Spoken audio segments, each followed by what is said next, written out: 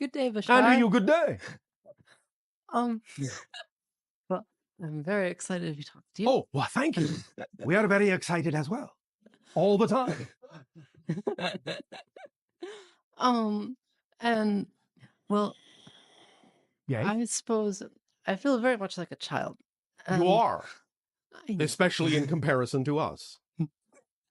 That is But- not meant in a derogatory way. Oh, We no, only no. remind all of you that while some of you complain and feel that you are very old or are running out of time and that you have no time to accomplish what you wanted and oh, woe is you, that you are all actually quite young and can accomplish anything you want in timing if you stop worrying about time. So, my child, do continue. Well, I find myself Oh, good. Congratulations for finding yourself. frequently experiencing that playing the part of the wounded child. No. And I experience a great deal of pain Yes. and anger. And what is it about the pain and anger that works for you? Because I guarantee you, if you didn't have a belief in you that the pain and anger worked for you on some level, I guarantee you, you wouldn't have it. Well, You wouldn't hold on to the beliefs that perpetuate it. I think it's because it's telling me that I'm not being myself. Yes. Pain is the result of resistance to the natural self. So why are you resisting being the natural you? Is there some fear involved in letting go of the old ideas and allowing yourself to be who you truly are? Because that's the only reason why you would hold back from being your true self and creating pain from the resistance of doing so. You see, this again all comes down to the idea of the mechanism of motivation. You only all have one mechanism of motivation. You all, always, without exception, immediately choose the reality that is in the direction of what you believe gives you the most pleasure and automatically move away from the reality you believe gives you the most pain. Automatically. Therefore, if you're actually experiencing a choice that have a label on the alternative that actually makes the alternative seem more painful than what you're choosing now, even as painful as it is. Because as soon as you label the new reality as less painful, you would automatically move in that direction without hesitation. So the hesitation only comes from the fact that you may have a belief system or a definition or a label about the change you say you want to make that somehow deep down actually makes it seem more scary than staying with the familiar thing you're already experiencing, even though it's no longer comfortable for you. Does that make sense? Yes. Yes. So what is holding you back? What fear, what label, what definition is holding you back from being who you prefer to be? Can you name even one? That's a very good question. Oh, thank you very much. We have been known to ask them. Let me help you. The idea of being in pain, being in fear, is that if you are in pain, if you are in fear, use it to your advantage. Don't suppress it. Don't diminish it. Let it expand. Become even more afraid. And say, let my imagination hit me with what the worst possible thing could be if I actually allowed myself to be who I prefer to be. What is the worst possible thing I'm afraid might happen? Actually ask for the scenario to come into your mind of what the worst possible fear you have might be, and then you will start to illuminate what the belief system is. So what's the worst possible thing you imagine might happen if you actually allowed yourself to be who you prefer to be? Name one thing. Come, I know you have it in you. That's such a difficult question. No. No? No, it isn't. But it shows you that the reason it is experienced by you as difficult is because of the degree of pain you have associated to the thing you wish to choose. Let me put you in touch with another simple example. I'm not saying this is your case, but it may give you an illustration to help unlock. I understand. All right. So the idea is that in your reality, many times individuals are raised with contradictory belief systems that then become at odds with each other. A classic example in your reality is the idea of money. On one hand, many times your parents, in bringing you up, will say, in order to be successful, you have to make a lot of money. On the other hand, society will say, love of money is the root of all evil. Well, if a person grows up with these contradictory belief systems and gets to a point where they have to make a decision as to which way to go, they will have this tug of war within their consciousness that says, well, I would like to make a lot of money and I would like to be successful, but I don't want to be a bad person. Because they have made the connection that to have abundance is to be bad. Now, you can look at that, and if you discover that you have that kind of a belief system, and you can identify it for what it is and make it transparent, then you can recognize the fallacy in linking those things together. They are only linked in your unconscious mind. Once you bring them into conscious recognition, you can break that link just by identifying that the belief is there. Because once you identify that you have this belief that making a lot of money is a bad thing to do, you can recognize from your adult perspective that that is quite a ridiculous belief to have to have. It may be real while you have it, but you don't have to have it. Obviously, not everyone in your world believes that. There are a lot of very good people who are also very wealthy, yes? Therefore, the idea is that that belief does not have to be linked that way. So once you identify what the belief is you have attached to the things you say you prefer, you can examine them and identify them, and upon identification, you can realize they don't have to remain linked. It'll start looking like someone else's belief. It'll start looking like a fallacy. It will start looking like a fairy tale to you, and you can start to let it go and examine what kind of belief you would rather attach to the idea that you say you prefer. Now, of course, if you have yet again another underlying belief, a fundamental foundational belief that says, oh, no matter how many good beliefs I attach to this idea, I will never actually believe they will stick, then you have to get in touch with why you have that belief.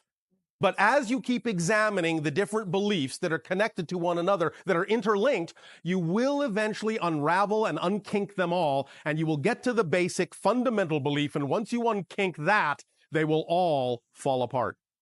And you can replace them with what beliefs you prefer, because at that point, you will know beyond a shadow of a doubt, by having done this investigation into yourself, this examination of yourself in an honest way, you will know that any new belief you decide to have will be upheld by creation just as solidly as the old belief was. Because believe me, creation does not have anything against you, otherwise it wouldn't have created you. That was a triggering point. Yes. So the idea is that if creation was willing to uphold your choice to have a belief that didn't serve you, why wouldn't creation uphold a belief that does serve you? You see, creation, if you wish to put it this way, is unconditionally loving. Unconditionally loving. Look up the word in your dictionary. Unconditional. Not, oh yes, it's unconditionally loving except for these conditions. Unconditionally loving. That means creation loves you and supports you so unconditionally, it will even allow you to believe you are not unconditionally loved. That's how unconditionally loved you are. It will let you believe that and totally support you in that belief that you are not loved. But if it will support you in that, it will not contradict you when you choose to believe that you are supported and loved and deserve to exist. Because again, by definition, I guarantee you that it doesn't make mistakes in the sense of its creation. There is no pointless creation. All that is had to create all of you in order to be all that is. If one of you is missing, all that is isn't all that is. So if you exist, that tells you all that is new you had to in order for all that is to be complete. Therefore, don't argue with all that is about the deservability of your existence. If you exist, you obviously by definition deserve to, or believe me, you wouldn't. And of course, if you didn't, this question wouldn't even come up. The fact that you can even wonder whether you deserve what you prefer tells you that you do. Because the very fact you can ask the question means you exist. And if you exist, it means you deserve to, or you wouldn't have. Is this making some sense as it's sinking in? It is. A little, a lot? Oh, well, it's very moving. Oh, all right. Is it moving in a positive direction? I think so. You think so? Do you feel so? I'm uncertain. I know. Do you enjoy being uncertain? Yes. Why? What do you get out of it? Wonderment. Wonderment? About what? Wondering what, I don't know. It's fun. It's fun to wonder. Well, you can have positive wonderment, but you can also have negative confusion. So which is it? Is it actually wonderment or is it confusion? You have already said that you're not sure that you're enjoying this state of being. Is that true? That is.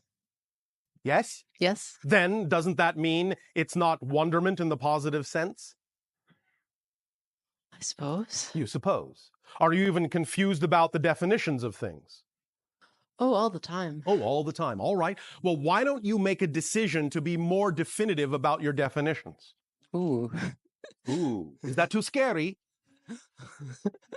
No. Are you sure? Yes. All right. Let's go back to the original question. Oh. Is there something that you would prefer to be doing that you are not doing because you are afraid something negative will happen if you do? I believe so. And can you name one example of what that might look like? If you actually took a step in the direction of what you would prefer to do, what would you be doing that you're not doing now? I'd probably be here with someone.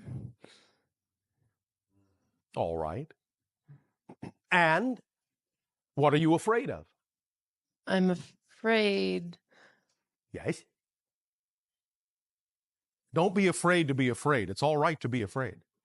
What are you afraid of? Well, I'm afraid because I'm often told that my beliefs are wrong. And just because you are told that your beliefs are wrong, why do you choose to believe that?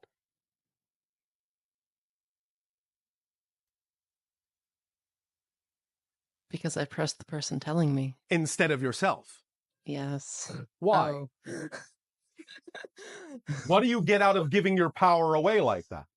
Ooh. Ooh. That's something that's often brought up. Well, I wonder why. Oh, I think that comes back to the child part. All right. Well, do you wish to continue to be the child in pain, the wounded child? No. Are you sick and tired of it enough to no longer play that game? I think that's kind of part of it. Yes, I know that you're progressing in that direction. We are assisting you in your process. Nevertheless, this process can actually be accelerated by you if you wish it to be, or it doesn't have to be. We're not going to push you. We're not going to force you. If you wish to continue for a while longer in pain and being the wounded child, believe me, we love you enough to not take that away from you. Oh, well, thank you. Oh, you're welcome. Nevertheless, if you're Oh, well, thank you. Oh, you're welcome. Nevertheless, if you're actually saying that you're really finally, truly tired of it, all we are doing is reinforcing and reassuring you that you do have the capability of letting it go. And if you do, I can guarantee you will be just as strongly supported in your new vision of yourself as the healthful child, the playful child, the joyful child, as you have been as the wounded child. Mm-hmm. I guarantee it because creation guarantees it. Therefore, it's not my guarantee. It's creation's. Why don't you let this all sink in, sleep on it, as you say, and see if it makes a difference in a day or two or three. Thank you. All right? Pleasant dreams. Thank you. Bashar, we have another question. Oh, all right.